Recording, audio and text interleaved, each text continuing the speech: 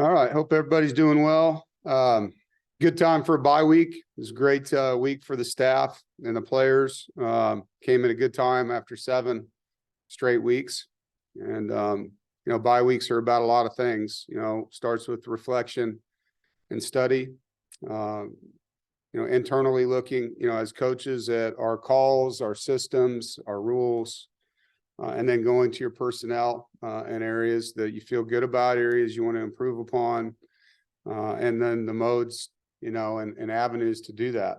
Studying your plays, studying, your coverages, your blitzes, all the things that you do. And then here's where we're efficient, here's where we're not, and then why. And taking some things out, adding some things, identifying those strengths, identifying those weaknesses, looking at your scheme, your personnel, and then turning to your health, and using the time wisely for recovery, for a reset mentally, allowing the guys to have some time, and then having a good mix, of improving, getting on the field, and getting off the field, and allowing these guys to reset for the next 5 weeks. And I think we did a good job of that. The guys got some time off, also got some time to really look at film and talk with their coaches. Coaches, same thing, got some really good time in the meeting rooms together, and then got 2 good practices last week just on us, working on fundamentals, back to the basics at every position group, really focusing on, what we call our one more, those things in your game that you want to be better at, the 1% improvement. And knowing that we got a 5-game season coming up, starting with Clemson at 2:00 on Saturday, and excited for the opportunities and the challenges that are in front of our football team. I look forward to competing and helping these guys. And each day, you come into the building, it's about finding ways to get better and overcoming the things that are a challenge. And obviously, when you play Clemson, they always have a talented football team, and this one's no different. Very well coached. And they have tremendous players. They're up-tempo offense. They've always been no huddle, but you can see,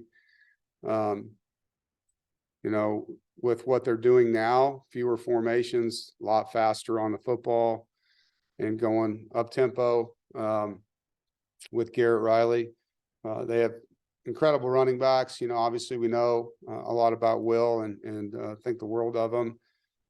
And a tough kid, and has done a great job for them. The receiving core, they've had some guys banged up, but you can see the guys making plays. And I thought last week their quarterback, played really well in their loss to Miami. I thought he looked comfortable. He had good poise in the pocket. He used his legs when he needed to, had some good throws on the run, threw the deep ball with touch.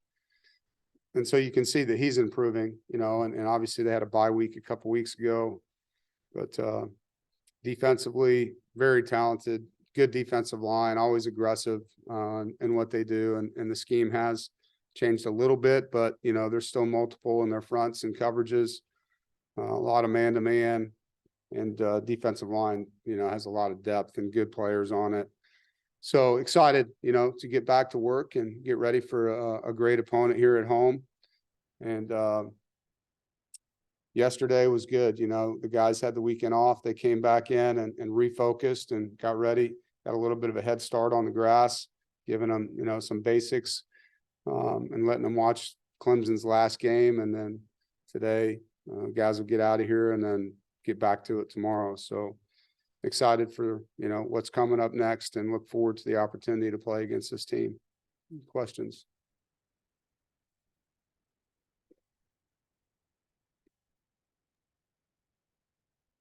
Waiting for hands to go up. If not, I'll see you later. Nope, too bad, Coach. Ethan, what you got? Hey, Coach. You mentioned just identifying those areas of places you need to improve, and then addressing them during the bye week. Is there any of those areas where you saw the team take a noticeable step forward, or just any area you were just impressed with the progress they made? Yeah, well, obviously efficiency on offense. Felt like we had answered the bell there in the Marshall game, and then took a step back, in the Duke game with just self-inflicted things. And, pre-snap or post-snap, whether it's a false start or a holding penalty, those were issues that did a great job the 3 days we went out on the field and worked. Making routine plays routine, crazy thing about the Duke game is we caught the ball at the best. We chart everything, targets, completion rate, number of drops, drop rate, all the things that you can collectively put together. And that was our best week on the season, throwing and catching the ball. And so, I think the guys just got to cut it loose over there and in practice, working on the different things on the line of scrimmage, O-line, tight ends, running backs, the timing. But the bottom line is, it's executing. And I think, score 48 points 2 weeks ago and do that. And a week later, it takes you 7 drives to have a drive without a penalty or a drop. It's pretty obvious when you come out of a game like that, what you got to do. And I think defensively, you start to press when you're not getting points, and then you start trying to do someone else's job, and inevitably you give up a big play. And so I think it's everybody just, locking in on the little things at each spot that they can do better, and collectively getting better by individually getting better. And I think that's the thing that we're focusing on. That's, again, going back to our one more, if I'm playing left guard or right tackle, left tackle, whatever it is, there's a part of my game over 7 games of study that you look at and say, you know what, this is an area that's reoccurring that I have to fix. And so you go to work on that. And that's what I'm asking each guy to do. And so I know that doesn't answer your question, but that's what we're doing. It's about being efficient through 11-man football and each guy doing his job just a little bit better. Thanks, Coach. Yep. Jaden? Hey, I saw Timothy McCay this weekend with his left hand wrapped up. How's he doing? And can you kind of talk about the decision to move him on the depth chart from right tackle? Yeah, no, all these guys at this point in time, I shouldn't say all, many of these guys at this point in time have a thing here or a thing there. And so he practiced yesterday, but like many offensive linemen, you go through some things sometimes with a hand or a finger, and Tim's no different. We've played him at guard some this year and at tackle. And, again, just going through the games that we have, I feel like Ja'Karius Peak has really strained and fought, and gives us an opportunity to get Tim inside some, which when you look at what we're blocking on the line of scrimmage, we want to get an opportunity with him to match up with these really good defensive tackles too. But we will rotate at different spots. And, by any means, is there a final end all be all with any of these positions? No, but coming out of the 7 games, felt like that was an opportunity for us to get Peak, a guy that's really straining and fighting and bringing great energy on the field, and allow Tim to match up inside with some guys. But I wouldn't be surprised to see him back at tackle throughout the game as well. Corey? Dave, obviously a tough game for you guys last game out. We haven't had a chance to talk to you really since then, but what has been the response from guys like MJ Morris and the entire rest of the offense after that performance, and what have you seen from them going into this week? Well, I mean, they were embarrassed after that game. I think, there was a lot of heartfelt conversations about stepping up, and guys owning what they need to do better. I think, leadership starts with ownership. And like I said, after the game, it starts with me. And then my coaches and my players and this team. And I think that happened. I think the guys on offense had some really good conversations about what they need to do and how to go play for each other better. And really, I think when you're playing like that, I call it playing not to lose instead of playing to win. There's just a little hesitation. You got to cut it loose in this sport to play well. I mean, you got to let it go.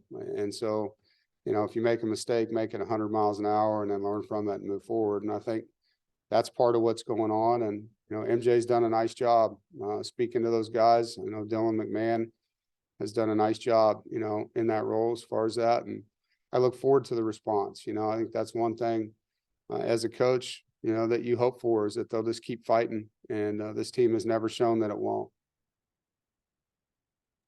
James?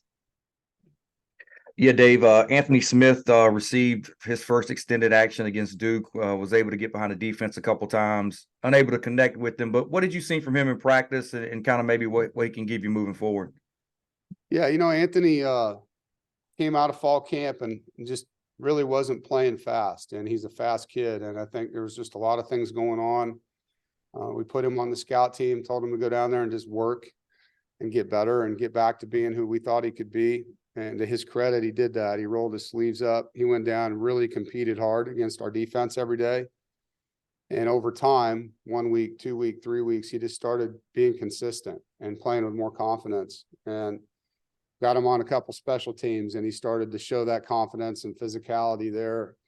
And then on offense during the week, Joker brought him up and he was getting behind people. He was making plays again, the guy that we thought we would have. And so I'm proud of Anthony. He's really worked hard. He hasn't given up on himself.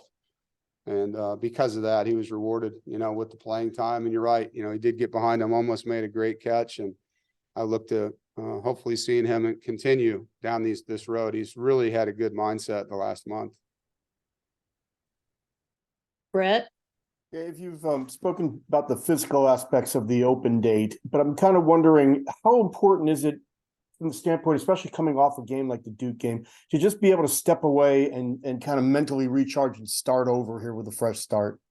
Yeah, no, it is important, Brett. I think, the reset is real. You can get really hung up in 7 games, and here's where we're at, and the good, the bad, the ugly. And, but what you have left is 5 games, and that's where the focus has to switch. And so giving those guys enough time to, if they can, go home, but just to get away and really contemplate their body of work and what do they want the next 5 to look like. And I think that's the most important question. It's not what the last 7 were. You want to identify the things you want to improve and then create that mental picture of what do you want the next 5 to be, and just take it one at a time and do everything you can to win the next game, and I think that's the focus of this team right now. And by the energy and the enthusiasm and the presence of the guys yesterday in the building, I would say that the guys came back feeling good. Thanks, Dave. Good luck this week. Yeah, you bet. Brian Murphy? Thanks. Coach, I wondered, we've heard a lot about sign stealing here in the last week or so. I wonder how big of an issue you think it is in football, what kind of steps you take to protect that stuff, and what you'd like to see maybe the NCAA move to in the future. Yeah, well, it happens, I think that's just part of the game right now, to be honest. Like all these no huddle offenses, when you're not huddling, there's a lot of signaling going on, and defenses have always had to signal. I don't know what the NCAA can do to answer your question about this. I think as long as there's going to be signals from the sideline, there's going to be people trying to decipher what they mean. I know that is frowned upon, but man, you see it everywhere, and you hear about it from the NFL all the way down through college. And how do you get rid of it? I guess the headset communication would be a possible way moving forward. It's either that or, you're always on wristbands where guys, you can change those every half and every quarter or whatever you want to do so that people can't get a beat on you. But it's been an issue for a long time. Obviously, it's a headline now because of the investigation at Michigan, but I just kind of look at it as part of the game, Brian, to be honest. Like, so, for us, we got screens, we got dummy signalers, we got live signalers, we change who they are throughout the game.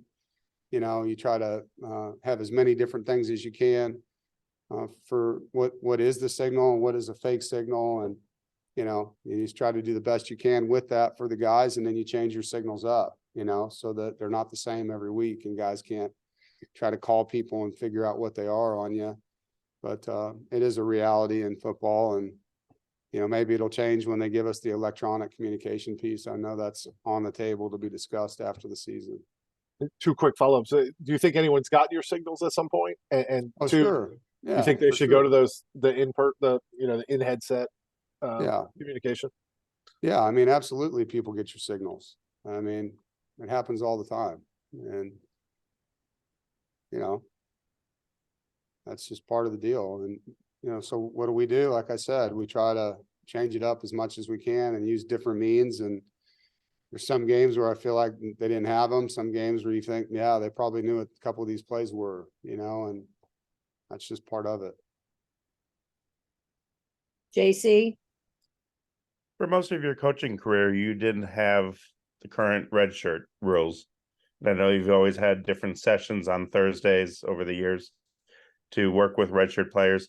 Do you approach, the next 5 games a little differently, knowing that you have some players who have 4 games to play with? Well, yeah, I mean, each week we'll look at who's got how many games under their belt, so that we're cognizant of that going into the next game, from a special team standpoint. For example, we used Isaiah Shirley in his first game last week, rushing punts, trying to get a bigger body in the A gaps, doing that. So we know we've used one of his games. But you do have those conversations. We still have the developmental work on Fridays when we can with the guys, not on Thursdays, but that's something we still do at the end of practice on Fridays. And I think this is maybe the 3rd year of this rule. And so try to stay on top of it where you're at and communicate with the players when you can about it. Noah? Hey, coach, you talked about, the offensive line and kind of not being set in stone. What kind of went into moving Lyndon Cooper, down the depth chart? And do you see him kind of being a guy you can still rotate in and get him out? Yeah, absolutely. I think Coop is going to play. He's going to play at guard and possibly play at center. He's got a bright future here. Again, looking at the body of work for not just him, but other guys. It's trying to give some guys an opportunity to compete that have shown that they deserve that opportunity as well. And fully expect Coop to compete his butt off and try to win his job back. And he might by the end of the week. You don't know that, but we're asked to put out a depth chart on Monday. We don't play till Saturday. And so, going off of a game where he had 3 penalties in the first half, getting guys in that are playing a little bit more without that, it's kind of the mindset there. And doesn't mean we're giving up on him at all. No, I mean, I'm excited to work with him every day and help him continue to get better. And he's gone in there and played really well at times for us, so you'll continue to see him out there. And if he's the competitor that I know he is, he'll compete super hard to win that job back. JC? Does it help at all when you don't have a game on a Saturday that you can maybe see what other programs are doing or watch other games or watch a little bit more NFL than normal just because it's a different weekend? Yeah, I think anytime you get a study, put yourself on the sideline, not being in the game and watch, and it's good. Also just see some creative ideas that are happening or learn from mistakes that you see other teams have. And obviously there was a lot of talk about some end of game things that have happened this year in college football. And so there's a great teachable moments for your team too. Whenever you see another team do something good or not good, it gives you a chance to show those. We do that on Friday mornings with our team, showing them plays to learn from in college and pro sports. So those, moment of truth type things are thought out ahead of time. But yeah, I think it's a great time, especially when it happens, 7 games. I think it's the latest bye week we've had since I've been here in the 8th week of the season. And so they were ready for a break. I mean, you take all the fall camp all the way through 7 games. That was a lot of consecutive work there. So I think staff and player alike is a good time to have that reset. Ethan? Coach, Peyton Wilson after the Duke game called for, the defense to play with more toughness. Just how has the team kind of answered that call and responded to that message in the past 8 days? Yeah, and I think toughness is multiple things, right? First thing you think about is the physicality piece, and then you have your mental toughness and your emotional toughness. And I think all 3 of those are things that we need to be better at. When you're beating yourself with penalties and drops, there's a lot that goes into that. It's not that we're not good enough. We have to be more focused, finish catches with your eyes, see the ball touch your fingertips, the basics, and believe. You have to have great confidence on the field when you step out there. And like I tell them, I wouldn't put you on the field if I didn't believe in you. And so I think there's a lot to that. You're catching a player after a loss, an emotional loss, and he's giving you his guts right there, right? We need to play harder because that's what that guy does. He plays so hard, and he's right. This football team needs to go exhibit that, leave it all on the field mentality that Peyton possesses, and that, as a coach, you just stand back and watch and really in awe of how hard he plays. Great. Thank you. Is there anything else for Coach? Thank All you, right, guys. thanks, everybody. Thanks, Coach.